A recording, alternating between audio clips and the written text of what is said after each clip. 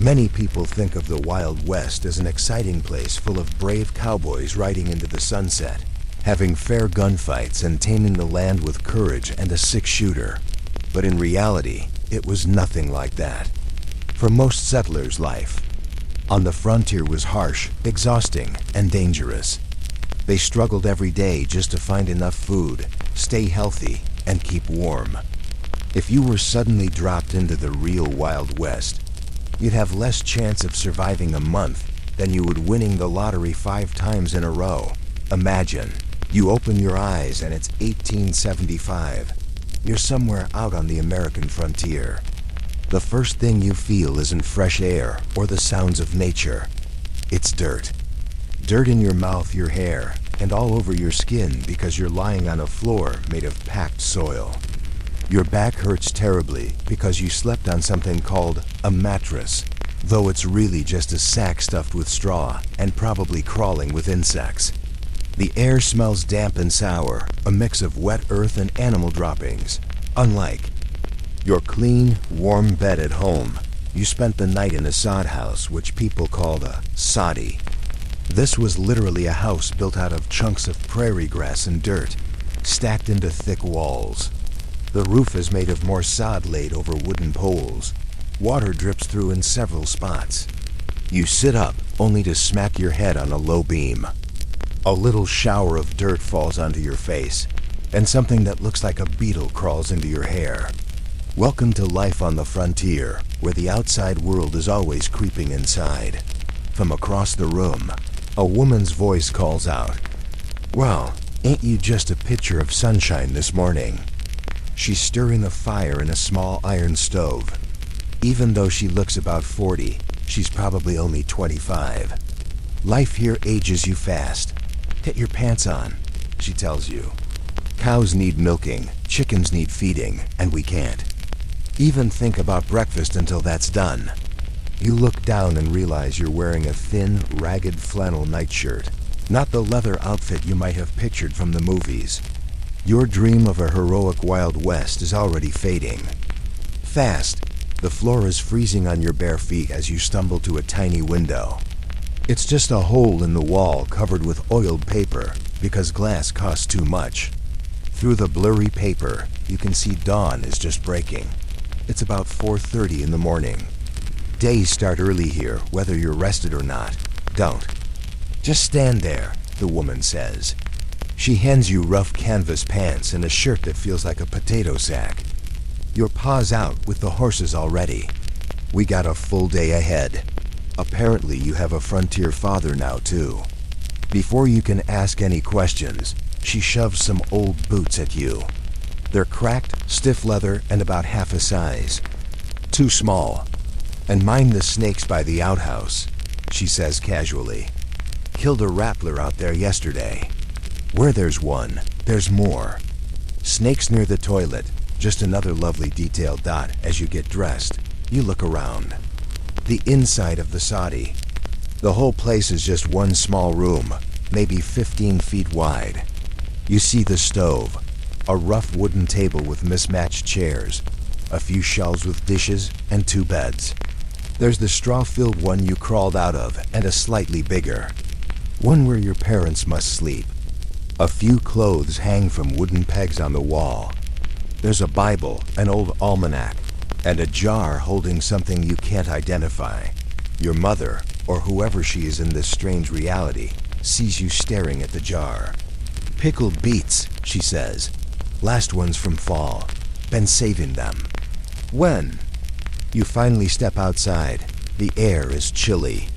The soddy sits on a low hill, so you can see the prairie stretching out forever in every direction. It's not like the majestic mountains you see in Western movies. It's just empty grassland, with a few scraggly trees near a creek about a quarter mile away. Near the house is a small sod barn, a chicken coop made from scraps of wood, and the dreaded outhouse 4 planks around a hole with half a door. There's a vegetable garden fenced with sticks, and beyond that, neat rows of crops trying to grow dot. It's both beautiful and frightening. You realize how alone you are. The nearest town might be days away. There are no hospitals, no grocery stores, no electricity, and no plumbing, just you, your family, and the endless land. A man comes out of the barn. He wears a broad hat that's old and battered. His face is tanned and wrinkled, with a beard. That looks more like he didn't have time to shave than any fashion choice. He's not a dashing cowboy, just tired and dirty. Probably not much older than 30, but looking 50. Thought you'd sleep the day away, he calls to you. He doesn't sound angry, just resigned. Cows are milked. Start feeding the chickens. You nod and head for the coop. Your 2 small boots already making blisters out. The chickens watch you suspiciously. They're scrawny, nothing like store-bought birds. But they lay eggs, and here, eggs are almost as valuable as money. You find a bucket of cornmeal mixed with scraps and dump it out. The chickens rush it like tiny feathered dinosaurs. Not all at once, your father says behind you. That's got to last the day. Great. You've only been here an hour, and you're already doing it wrong. You mutter, sorry, and he shows you how to scatter just a little. Get the eggs. While you're in there, he adds, walking away, you see some nests built into the walls and reach for an egg.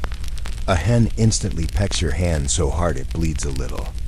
Gotta check if she's sitting, your mother calls from the door. Lord help us, it's like you never collected eggs. Because you haven't, not in this century, with some. Shouted instructions, you finally gather 6 eggs without more injuries. Your mother takes them carefully. 6 eggs, that's a good morning, she says. We'll have 2 for breakfast, trade 2 in town, and save 2 for setting. Breakfast isn't anything like the big meals you see in movies. It's thin cornmeal porridge, 1 egg split between 3 people, and weak coffee without sugar. Or cream. You ask hopefully if there's any bacon. Your parents exchange a look. Bacon? Your father repeats. We slaughtered the pig last November. Smoked the meat. Last of it went in April stew. No bacon till next winter. After breakfast, your father explains what needs doing. Plow the field. Plant seeds, chop wood, haul water, and a dozen more jobs. There are no power tools, just hand-forged shovels and hoes. And watch for Indians, he adds. Saw signs of Sioux hunting nearby. Probably peaceful, but keep your eyes open. The work is brutal. Within an hour, your hands are blistered, your muscles burning. You understand why people in old photos never smile. Who has energy to smile when survival takes every bit of strength? Lunch is more cornmeal, made into dense bread with a thin vegetable soup. You eat every bite. When every meal takes this much effort, you never waste food. Later, clouds gather, and your father looks worried. Might be a gully washer, he says. Get the animals in. A heavy storm on the prairie can flood your house or even destroy it. The rain starts as fat, drops and quickly becomes a torrent. You rush back inside as water leaks in every direction. Your mother calmly moves buckets to catch the drips. Ain't the first time we've been rained on indoors, she says. Shrugging, your father returns soaked. Creek's rising, he says. If it doesn't stop, we might have to move to higher ground. The thought of leaving everything behind is terrifying, but this is normal life here. As darkness falls, you eat more cornmeal and soup. The single candle barely lights the room. Your father reads aloud from the Bible. You realize this book isn't just religion. It's stories, comfort, and a link to the wider world. When your mother tells you it's time for bed, you're so tired you can hardly move. As you lie on the straw mattress again, you finally see the truth. The Wild West wasn't about adventure and glory. It was about endless work, danger, and hoping you'd have enough food to last the season. When you finally drift off to sleep, it's not because your bed is comfortable. It's because you're completely worn out. The straw mattress is lumpy and full of bugs, but you don't care anymore. All you can think about is resting your aching body. Outside, the storm keeps beating against the sod walls. You hear the wind howling across the empty prairie and the soft drumming of rain on the roof. Every so often, lightning flashes through the small window, making the shadows jump. Even when you doze off, you can't really relax. In the early morning, before the rooster crows, you're already awake again. Your eyes open to the same dirt ceiling and that earthy smell you've started to get used to. Your back and arms are sore from all the work the day before. For a few seconds, you hope it was a bad dream, but you quickly realize you're still here in 1875. Your mother is already up, stirring the fire in the cook stove. A gray light comes through the oiled paper window, telling you it's just before dawn. About time, she says when she notices you stirring. We've got a heap of work before breakfast, and we're running low on just about everything. You sit up, wincing as your muscles protest. The storm left the dirt floor damp and muddy in spots. You notice a slug slowly crawling across the wall, leaving a shiny trail behind it. What do you mean, running low? You ask Dot. She gives you a look that's half worried and half annoyed. You hit your head in that storm? We're low on flour, salt, and coffee. Pretty much everything except cornmeal. Your pa's riding to town today, but he can't bring back much on one horse. The thought hits you hard. There's no grocery. Store down the street, no delivery service to bring you supplies. The closest town is probably a day's ride away, and you can only carry back what fits in saddlebags. Even then, you might not have money to buy much. What about breakfast? You ask as your stomach growls. Eggs and cornmeal mush again. We save the flour for trade, she says. So much for hoping for something better. You're starting to understand that on the frontier, you eat what you have, not what you want. Outside, the storm has passed and the air feels fresh and clean. The ground is covered with puddles. Your father is already working to fix the barn wall the rain knocked down. When he sees you, he calls, "Fetch water." Creek should be running clear by now. He hands you a wooden yoke to carry 2 buckets. It looks simple, but when you pick it up, you realize it's going to be torture. You grab the buckets and walk the 1/4 mile to the creek. The muddy ground sucks at your boots, making every step hard. When you get there, you see the creek is still brown and swollen with rainwater. You crouch on the slippery bank, trying to fill a bucket. The current is so strong it almost rips the bucket from your hands. Your heart races as you almost fall in. You manage to fill both buckets, but when you lift them onto the yoke, your shoulders nearly give out under the weight. Every step back to the sadi feels like your body is going to break. Water splashes out, soaking your pants and boots. By the time you stagger to the door, you feel like crying. Your mother meets you, her face softening just a little. "Put it down before you spill it all," she says. "We'll need more, but catch your breath first." Inside, she explains the water situation. "We need drinking water, cooking water, washing water, and water for the animals. Creek water is fine for most, but for drinking and cooking, it has to be settled and boiled." She shows you how to sprinkle a pinch of alum into a bucket. "Helps the dirt sink to the bottom," she says. Then she strains it through a cloth. Even after that, the water still looks a little brownish. "In modern times, you wouldn't touch it. We'll boil this for drinking," she says, pouring some into a kettle. "The rest is for washing and the garden." You make 3 more trips to the creek. By the last one, your shoulders are raw, and your arms feel like they're going to fall off. You never imagined you'd miss a faucet so much. Finally, back in the sadi, your mother has breakfast-ready cornmeal mush with 1 egg stirred in and that same weak coffee. After the water hauling, even this feels like a feast. You pause. "Headed to town," she says as you eat. "We need to get food put by while he's gone. Storms did more damage than we thought." "Put by?" you ask, puzzled. "Stored." "Preserved," she says, her tone impatient. "Storm knocked down half. The garden fence. Rabbits got in and helped themselves to the young greens. We have to salvage what's left." After breakfast, you walk out to the garden with her. Sure enough, the fence has collapsed, and the tender little plants have been chewed, almost too. The ground. Rabbit's got the lettuce and most of the peas, she sighs, but the potatoes are still under the dirt. They didn't like the onions. She hands you a basket. Dig up the onions that look ready and gather any dandelion greens. You start foraging. Your mother shows you which plants you can eat. You're surprised by how much she knows wild onions, dandelion greens, something called lamb's quarters, and even some small berries in the grass. She explains, folks starve with food all around them because they don't know what's good to eat. The Indians taught the first settlers, but most people forgot. By the time you're done, you have a basket full of plants you'd have walked past without noticing. Near the creek, your mother spots mushrooms growing on a fallen log. She picks a few white ones and says, "These are safe." She points to some others. Those will kill you dead in hours. You make a mental note never to pick mushrooms without her dot back in the soddy. She starts checking the pantry. It's sobering. A barrel half full of cornmeal. A small sack with maybe 5 pounds of flour.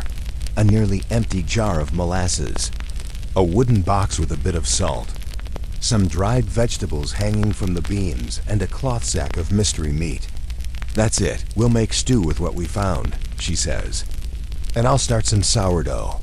Flour's low, but we've still got the starter. She shows you a little crock near the stove. Inside is a bubbling, sour-smelling dough. This starter came with your great-grandma on the Oregon Trail. She says, been alive near 30 years. It feels strange to think this living lump of dough has been passed down like a treasure. While she gets the bread ready, you're sent to check the traps your father set before leaving. You walk the edge of the property, finding 2 empty traps and one with a rabbit very dead, very real. Your stomach turns. You carry it back, trying not to look at its eyes. Your mother almost smiles when she sees your face. Never cleaned. A rabbit? She asks. Well, today you'll learn. The next part is nothing like the cartoons. She strings the rabbit up, skins it, and cleans it with brisk, practiced movements. She saves everything, the fur, the organs, even the blood. Good fertilizer, she explains as she catches the drip stop by midday. A pot of stew is simmering on the stove. It smells surprisingly good rabbit, wild onions, dandelion greens, and a few potatoes, all floating in broth. It needs hours to cook, she says. Good stew takes time. While it cooks, she pulls out a wooden bucket you hadn't seen. Inside are several fish your father must have caught before leaving. We'll smoke some and salt the rest, she decides. Smokehouse is damaged, so we'll use the chimney. For the next few hours, you help prepare the fish. Thin strips hang on strings above the stove to dry in the smoke. The rest goes into a jar with layers of salt. She stretches the rabbit's skin on a frame to dry. Even the feet are saved. For luck, she says, though you suspect there's another use she isn't saying. Come fall, we'll do this with everything, she explains. Smoke meat, dry fruit, pickle vegetables. Whatever gets us through winter. The idea that you have to spend all summer preparing food for the cold months makes you uneasy. If you don't plan right, you could starve by late afternoon. She decides the stew is ready. She ladles it into wooden bowls with a slice of dense sourdough bread. You take a bite, expecting blandness, but the stew is rich and earthy. The rabbit doesn't taste like chicken. It's gamier, but after all that work, you savor every bite. Save room, she warns as you reach for seconds. We don't know when your pa will be back with supplies. Even meals are calculations, how much to eat now versus how much to save for tomorrow. After you clean up, she checks the root cellar behind the soddy. When she lifts the door, her face falls. Water from the storm has flooded it. The potatoes and jars inside are half underwater. Damn it all, she mutters, forgetting to mind her language. This is bad. You help bail out the water with a bucket. Some potatoes can be used quickly, and one jar of preserved tomatoes still has its wax seal. But others are ruined. We just lost half our winter stores, she says, her voice flat. Better hope your pa has luck in town. After you finish cleaning out the flooded cellar, you notice your mother putting some of the soft sprouted potatoes aside instead of throwing them away. Can we eat those? You ask, pointing to the soggy pile. We'll cut out the rot, she says, and the sprouted ones we plant them. Sometimes you have to give up today's meal to get next season's harvest. This is a lesson that repeats over and over. On the frontier, every choice balances between surviving the day and preparing for the future. Nothing is simple, and nothing is wasted if it can possibly be saved. Late in the afternoon, you hear hoofbeats. Your father is back from town. His horse is tired and loaded down with 2 small sacks.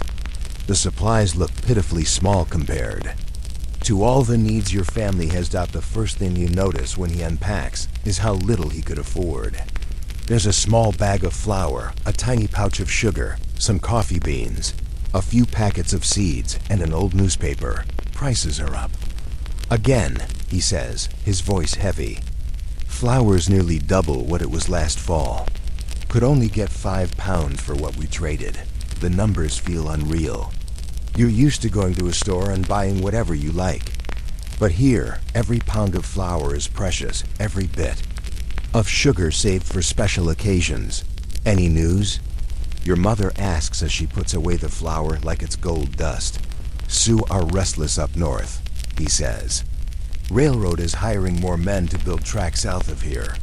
And the Morgans lost their oldest boy to fever. He says all these things in the same calm voice. Possible war, a job opportunity, a neighbor's child dying, as if they are all just part of life. And out here, they are. The newspaper he brought isn't just for reading. Once it's been read, it'll be used to wrap food, start fires, maybe even as toilet paper. Nothing goes to waste. At dinner, more rabbit stew with a little fresh bread. Your parents talk about the food situation. The general store's shelves were near empty. Your father says, supply wagons delayed. Won't be in for 2 weeks. That means you have to stretch your supplies even thinner. We'll set more traps, he says finally. And tomorrow we'll try the creek. Might be some catfish left after the rain. You realize how much time and thought goes into just getting food. In your old life, shopping for groceries took an hour a week. Out here, hunting, gathering, preserving, and planning are nearly every waking moment. After supper, you help clean up. Even the washing water is saved to water the garden. Your mother feeds the sourdough starter using a pinch of precious flour. Later, your father reads the newspaper aloud. It's already 2 weeks old, but the stories, politics back east, railroad expansions, Indian conflicts feel alive and urgent. The day has left you exhausted. Your hands are raw from hauling water and digging in the dirt. You can barely keep your eyes open. Before bed, you think about how different life is here. Food isn't just something you eat. It's your currency, your security, your constant worry. You see why people in old photos look so serious. They had to be. Every meal was earned with sweat and danger. Your mother's voice drifts across the room as she mends clothes by candlelight. If the weather holds, we'll pick wild strawberries tomorrow, she says. Make preserves if there's enough. Even in the dark, even after a punishing day, her mind is on how to feed the family next week or next season. Outside, a coyote howls across the prairie. Inside, the cookstove fire has burned low. You lie back on your straw mattress, feeling every bruise and blister. But you're also aware, in a way you never were before, of how fragile survival is. Sleep comes fast. In the morning, the rooster crows before dawn. You wake up with new aches and muscles you didn't know existed. Your mother is already at the stove, stirring the fire back to life. She gives you a look that says she expects you to be working already. Got a letter from your uncle. Your father says as you eat reheated stew for breakfast. 2 days ago, the idea of stew for breakfast would have disgusted you. Now you're just glad there's food. Says the mine's hiring, he goes on. Good wages, $3 a day. Your mother looks up sharply. $3 in cash money? That's what he writes, your father says, tapping the folded letter. Needs men who can handle themselves underground. Dangerous work, but steady pay. $3 sounds like nothing, but from the way they talk, it's a fortune. How long would you be gone? Your mother asks, her face carefully blank. Through harvest at least, he says. Maybe into winter. He doesn't look her in the eyes. It sinks in. If he goes to the mine, he'll be gone for months. You and your mother will have to do everything alone. How far to the mine? You ask. 3 days ride west near the mountains, he says. I'd need to leave end of the week. After breakfast, your father takes you outside to check traps. As you walk the property, he explains the harsh truth of money out here. Most folks live in debt, he says. Store lets you run a tab. You get flour, tools, sugar, and pay in eggs, butter, crops come harvest. He stops to reset a trap, but the prices never balance. Store owner sets the prices on both sides, what you buy and what you trade. And somehow you always owe more. He says it without bitterness, like he's describing the weather. Been that way since we got here, he adds. 3 years now, and the debt just keeps growing. You keep walking in silence. A rabbit dashes away before you can react. That mine job, you start. Cash means freedom, he says simply. Cash means paying down the debt. Maybe buying lumber for a real house before winter. Cash means not worrying if the store will cut us off. The idea of being cut off is terrifying. Out here, if you can't buy food and you can't grow enough, you starve. There's no safety net. At midday, you hear a horse approaching. It's a neighbor, thin, tired looking, with patched clothes. He's leading a small cart. Afternoon, Thomas, your father says. What brings you out? Trade day, Thomas says. Sarah's got some butter. Heard you might have eggs. You realize this is how commerce works here. No money, just neighbors swapping what they have. Your mother comes out to talk. She and Thomas's wife start bargaining over butter and eggs while the men talk about weather and crops. Every item is precious. Each egg and each pound of butter is worth hours of work. 3 eggs for half a pound of butter, your mother says finally. Both women look satisfied with the deal. Thomas has more news. Railroad's hiring 10 miles south, he says. Building a spur line to the cattle yards, $2 a day. Another chance at cash income, less money, but safer and closer. Then the mine. After Thomas leaves, your parents have a long, quiet talk. The mine pays best but is dangerous and far. The railroad is closer but doesn't pay enough.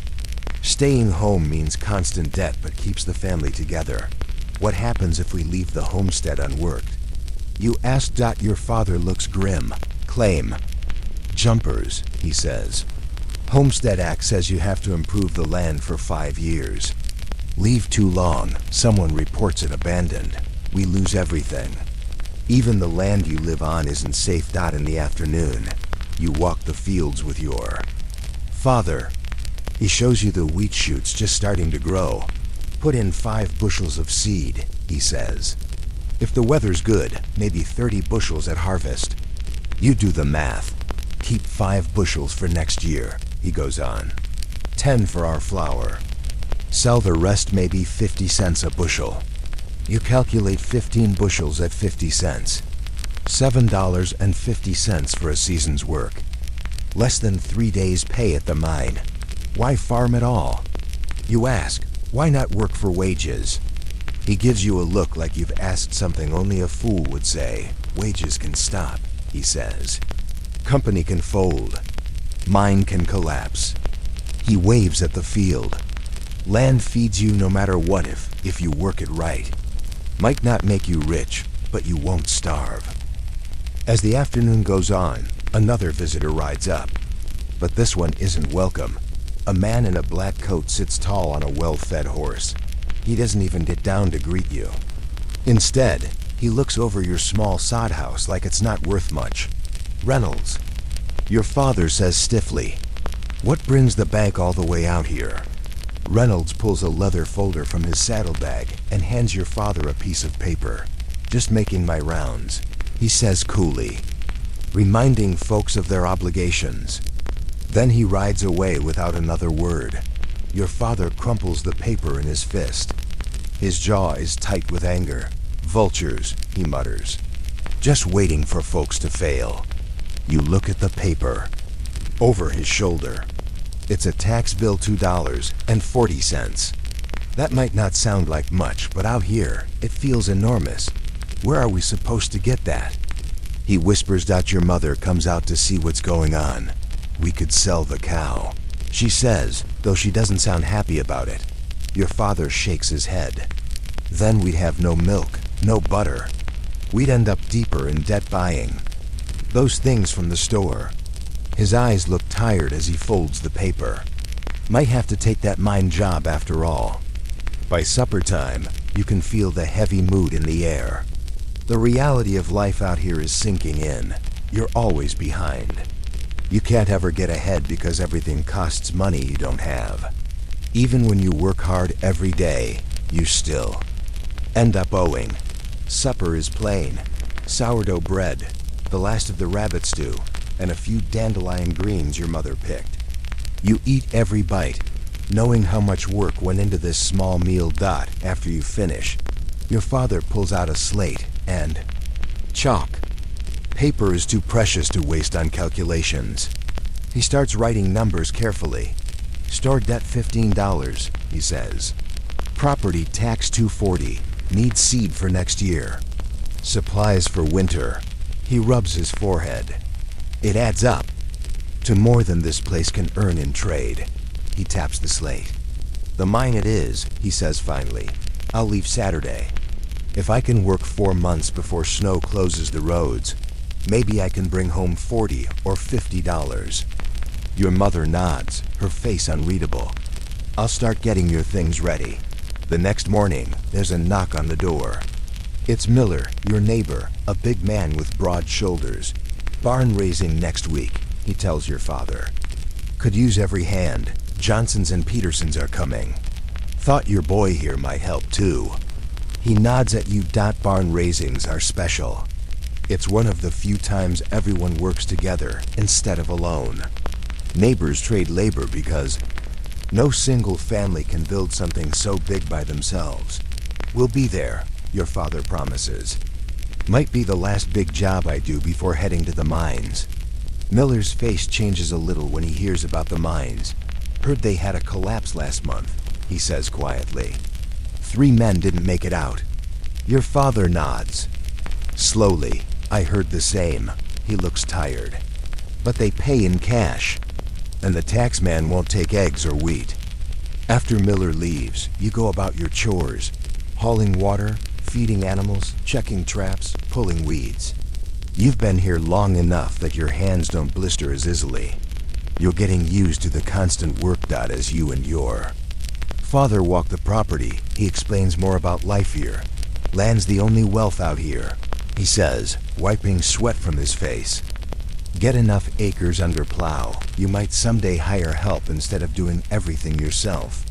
He looks out across the empty fields. "That's the dream," he says softly. "But most don't get there. Most just scrape by." He doesn't. Sound bitter, just tired. By midday, a second visitor arrives. This one you really don't expect. A man in a fine suit rides up on a sleek horse. He doesn't bother to smile. He looks like he's already decided your family isn't worth his time. Your father's mouth tightens. "Reynolds," he says again. "Just making my rounds," the man says, voice smooth. "Bank's calling in notes on several properties. Thought you'd like to know yours might be next." Then he rides away, leaving you standing in the yard with your heart thumping. Your father stares after him. He crumples the paper again. "Bastards," he mutters, just waiting to take it. "All." You look up at him. "What does it mean if they call in the note?" He sighs, shoulders slumping. means they can demand full repayment at once, he says. Not just payments, everything. And if you can't pay, they take the land. He looks around the yard, the sod house, the garden, the fences he built. With his own hands, everything we worked for, gone. His voice is low, and for the first time he sounds defeated. How much do we owe? You ask carefully. $50, he says. Borrowed when we first claimed this land. Been paying. Interest every year, but never touched the debt itself. $50. A sum that in your old life wouldn't even cover a nice dinner out. But here, it feels like an impossible mountain. The mine job. You begin. Might save us, he says, though he doesn't look convinced. If I can work the whole season, and if they pay what they promise. He trails off. You both know.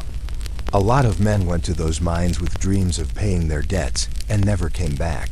That afternoon, you hear a wagon rattling down the trail. A man with a big mustache and a battered hat pulls up and tips his cap. He's a peddler, someone who sells goods out of a wagon. Unlike the general store, he deals mostly in cash or trade. Afternoon, he calls. Anything you're needing today? Your mother comes out, wiping her hands on her apron. She looks interested but cautious. Got any needles? She asks. Mine's near worn through. The peddler grins and produces a packet. Finest Sheffield steel, 20 cents. Highway robbery, she mutters. But she doesn't put it back. A good needle is worth its weight in gold when you have to mend everything by hand. After some bargaining, she trades 2 eggs and a knitted dishcloth for 1 needle, a small cake of soap, and a packet of sugar candy. She doesn't say it, but you know the candy is meant for you. When the peddler is done with sales, he offers something even more valuable, information. Railroads pushing west faster than expected, he says. Land prices are jumping ahead of the line. Might be worth hanging on to your claim, even with the bank sniffing around. Your father listens carefully, rubbing his chin. The idea that your land could be worth more someday is tempting. But it doesn't help you pay the tax bill today. That evening, you all gather to talk over the choices. It feels strange when your father looks you in the eye and says, "What would you do?" You swallow, feeling the weight of the question. Every choice could change everything. After a long pause, you say, "I'd take the mine job." Cash seems like what we need. Your father nods slowly. That's my thinking too, he says. Not what I'd pick if there was any other way. He looks at your mother. Can you and the boy manage? She squares her shoulders. We'll manage. She says, we always do. The decision is made. The next morning comes with a bright sunrise. Your father has decided to help with the barn raising before he leaves for the mine. It's the last big job he'll do with the neighbors for a long time. You wake up even before the rooster crows. Your body seems to know you'll be working hard today. You pull on your rough clothes and boots and head outside.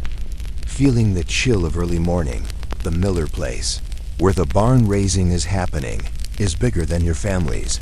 They have a real wooden house instead of a sod one. By mid-morning, wagons and riders start arriving from miles around. Men come ready to work. Women carry baskets of food. Children are excited to see other kids for the first time in weeks. You realize that even out here, where families live so far apart, people still find ways to come together. The Millers have spent weeks getting ready. They cut logs, dug holes for the posts, and gathered tools. But today, with everyone's help, they'll put up a whole barn in one day, a job no single family could ever finish alone. Your father introduces you to the other men.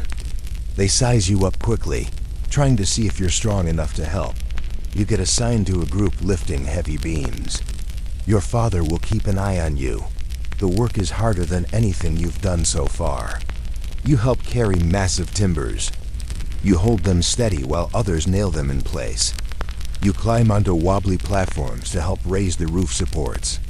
By noon, your shirt is soaked with sweat and your arms feel like lead. During a quick break for water, you overhear two men talking. Last month, over by Fort Lincoln, they were raising a barn, one says quietly.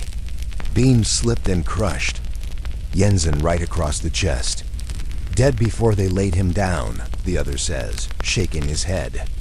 Left a wife and 4 little ones. They're taking up a collection. You swallow hard. You hadn't thought much about how dangerous this work could be. There are no safety harnesses, no hard hats, no emergency crews to help if something goes wrong. When you start back to work, you ask your father quietly, what happens if a man dies out here? He doesn't sugarcoat it, if he's got older. Boys, they can keep the place going, he says. If not, the widow goes back to her family if she's lucky. Or remarries fast if she can, or she loses everything. You think about that as you climb back onto a beam, your heart beating fast. Out here, people don't have time to mourn for long. Survival doesn't wait. By late afternoon, the frame of the barn is standing tall. Men start nailing the roof boards into place. Others begin building the walls. You step back for a moment, wiping sweat from your face. It feels good to see the barn coming together. Nearby, the women have set up long boards for tables. They spread out the biggest meal you've seen since you arrived. Fried chicken, biscuits, cornbread, jars of preserved fruit, and even pies. You take a plate and sit on the grass, your muscles aching. As you eat, you notice a little boy running and falling near a pile of tools. He gets up screaming, blood pouring from his arm. Get Martha! Someone yells out. An older woman hurries over. She's the midwife Martha, who everyone relies on when someone gets hurt or sick. She crouches by the boy, cleaning the wound with water. Needs stitching, she announces calmly. Heat a needle. Someone holds a sewing needle in the fire until it glows red. The boy's father picks him up and holds him tight while Martha threads the needle. The boy is crying so hard it echoes across the yard. Martha starts stitching. Her hands steady, no pain medicine. No antiseptic except the quick burn of the needle. You have to look away. When she's done, she smears green paste on the wound and wraps it in cloth. Keep it dry, she tells the parents. If it starts to smell or he gets fever, come find me. The whole thing takes maybe 15 minutes. Then the men go right back to work. The little boy is given a piece of candy and a spot in the shade. Soon, he's watching other children play with a frog. You feel sick to your stomach, thinking how normal this is for everyone. Does this happen often? You ask your mother, who has been watching too. Injuries all the time, she says. You learn to handle what you can and pray for the rest. Her voice is calm, but you can tell she doesn't like it either. As the sun dips lower, you see a young woman sitting by herself, wrapped in a shawl even though the day is warm. Every so often, she coughs into a cloth. When she lowers it, you see spots of bright red. Consumption, your mother says quietly. Miller's eldest girl, been sick since winter. You know the word, tuberculosis. You also know there's no cure, not in this time. Can't they do anything? You ask, hoping maybe the frontier has some secret remedy. Some say mountain air helps, your mother says softly. Others try tonics. Mostly, it just takes who it wants. She makes a quick sign of the cross, and you shiver. You start paying attention to the other conversations around you. One woman tells another about losing 3 children to diphtheria in a week. A man shows where his arm healed, crooked after a break. An old farmer walks past, one side of his face sagging from a stroke. They all talk about these things like they're ordinary. Because out here, they are. By late afternoon, the barn is almost finished. Someone starts playing a fiddle. Another man brings out a harmonica. A few people dance in the yard, trying to shake off the long, hard day. You see Martha, the midwife, sitting with the sick girl. She mixes some herbs in a cup, talking softly. Your mother joins them for a moment, and you hear them trading tips about medicinal plants. Willow bark tea for fever, Martha says. Comfrey poultice for sprains. Your mother nods. Elderberry syrup for coughs. I've got a little left from last year. You realize that women are the real doctors here. They share what they know, and everyone depends on them to keep families alive.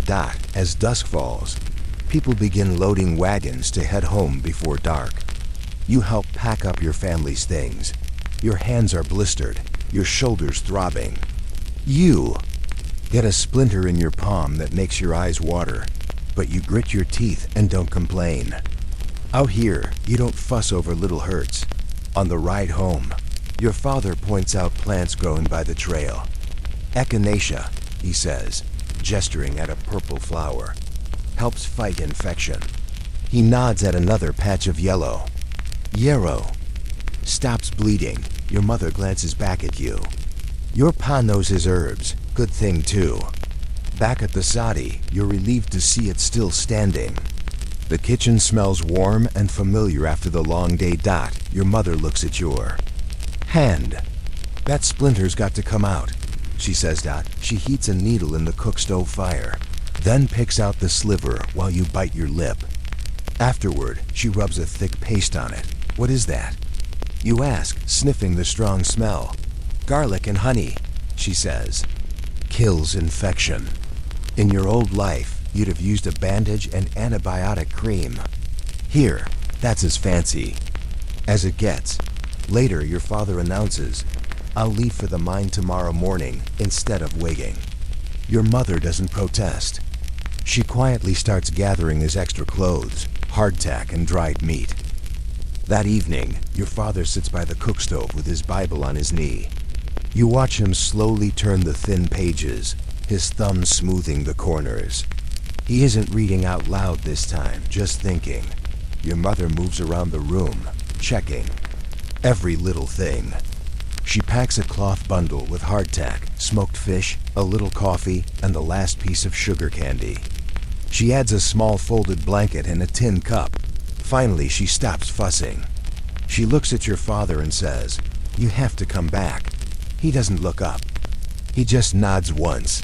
There isn't much else to say. The next morning, you wake up early.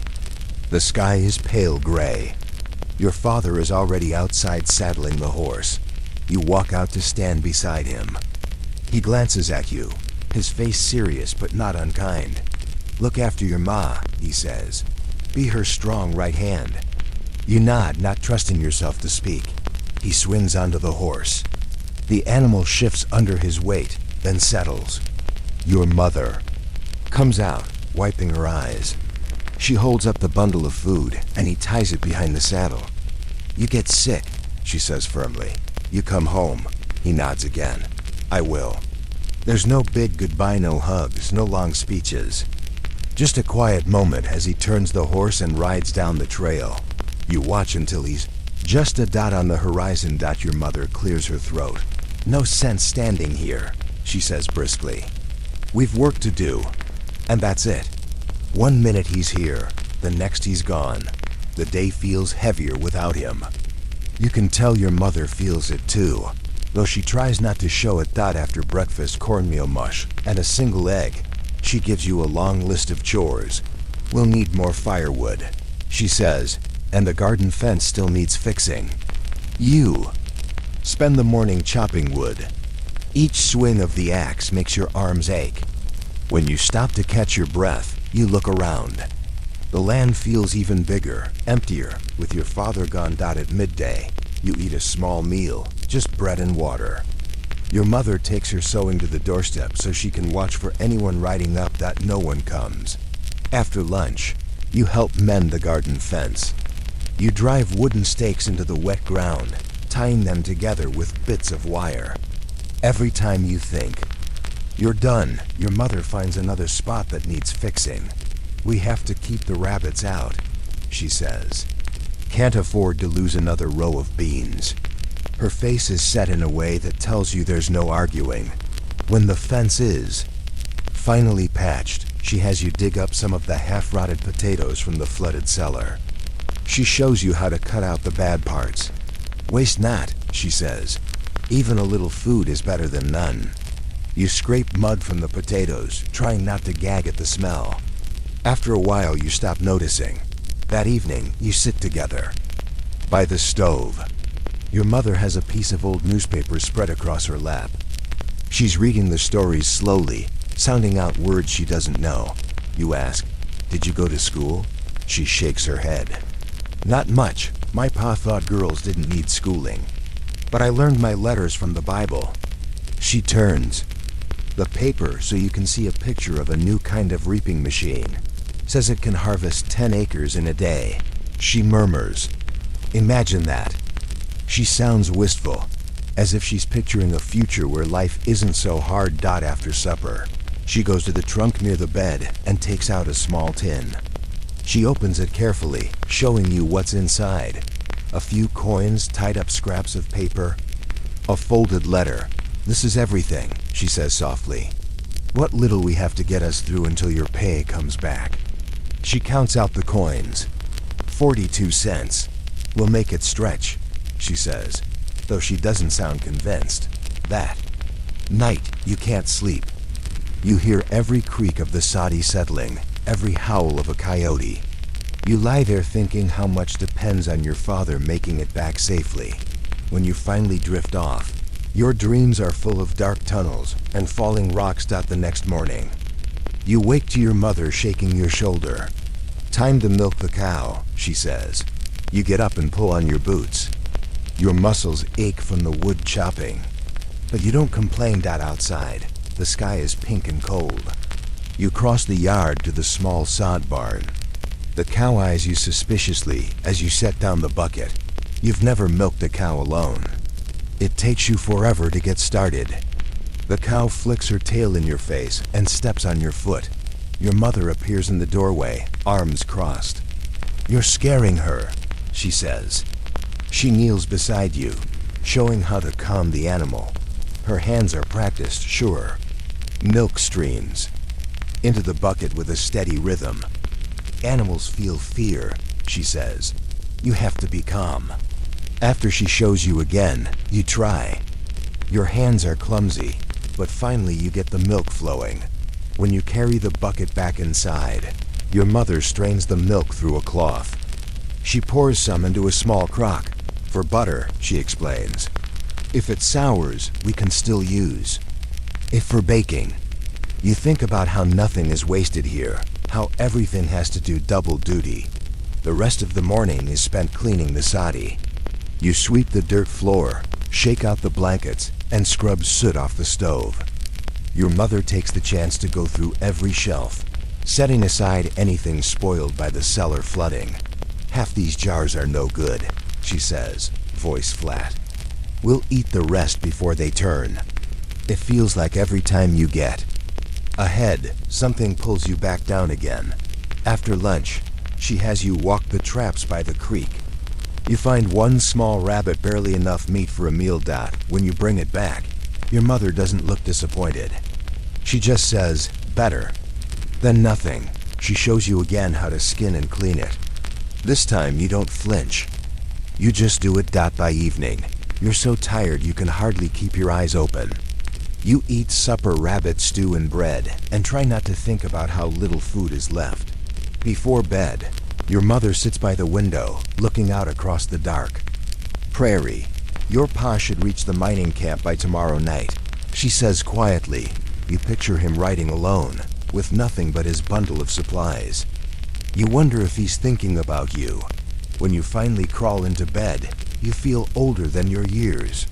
You know now that life here isn't about adventure. It's about getting through each day, one chore at a time, and hoping you still have enough strength for the next. Morning comes again with a cold wind blowing across the prairie. You wake up to the sound of the rooster and the creak of the soddy roof. Your mother is already moving around the room, getting the fire going. "Up," she says gently. "We've a long day." You rub your eyes and pull on your boots. For a moment, you hope you'll open the door and see your father riding back up the trail. But you know he's miles away by now. You have a quick breakfast, just bread and wheat coffee. Your mother carefully measures out the coffee beans before grinding them. Every spoonful counts. After eating, You help mend a section of the chicken coop fence. While you work, your mother starts setting traps along the edge of the garden. If the rabbits come back, we'll get them, she says. We need the meat. You think about how different this is from the stories you'd heard about the frontier. There's no glory in setting rabbit traps or digging rotten potatoes from the cellar. Just hard work and the hope that maybe you'll make it through the season. At midday, your mother takes a break to write a letter to your father. She has you read it over her shoulder. My dear, we are keeping busy. The cellar is worse than we thought, but we are using what we can. The cow is giving milk still. The fence is patched. We will manage. The boy is strong and learning fast. Come home safe. Your wife, she folds the paper and slips it into the old Bible. When she sees you watching, she says quietly, I'll send it when the peddler comes again. That afternoon, she teaches you how to mend a shirt you've never sewn before. Your stitches are crooked and messy, but she doesn't criticize. You'll get better, she says, tying off the thread. Every skill matters out here. Later, you help grind dried corn into meal. You turn the heavy iron crank on the grinder until your arms ache. The ground corn falls into a wooden bowl. That's tomorrow's breakfast, she says. And the next day's too. You realize that everything you eat is something you have to make yourself. You can't buy fresh food just because you feel like it. You can't take a day off. That evening, you sit by the stove while your mother darns socks. The light from the single candle makes shadows dance on the walls.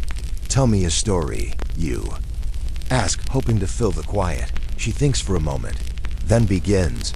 When I was a little girl, she says, we came west in a wagon train. There were 30 families. We lost 5 wagons to river crossings and sickness before we made it here.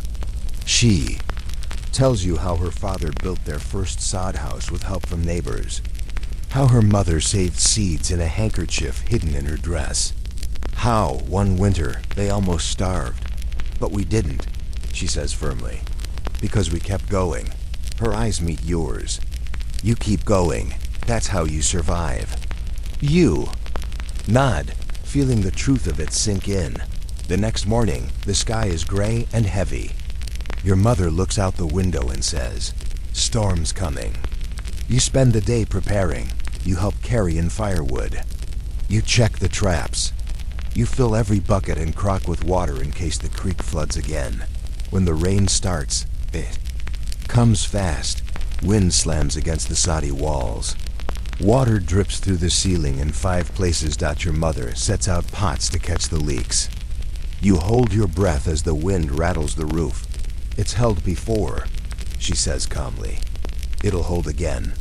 All afternoon and into the night, the storm rages. You sit by the stove, listening to the howl of the wind and the steady drip of water. At dawn, the storm finally passes. You step outside to see the damage. Part of the fence is blown down.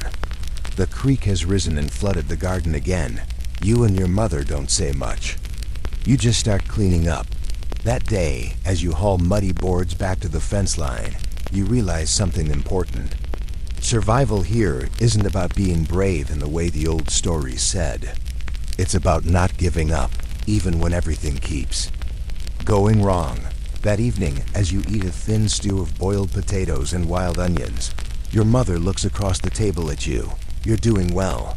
She says quietly, you feel proud in a way you never have before. Not because you did something heroic, but because you didn't quit. When you go to bed that night, you lie awake for a long time. You think about your father working underground. You think about your mother, already planning tomorrow's chores. You think about how you used to imagine the Wild West was all adventure. Now you know it's really about ordinary people working as hard as they can, hoping they'll have enough to last until spring. Before you finally fall asleep, you whisper, promise to yourself, I won't quit, because out here, that's the most important thing you can do.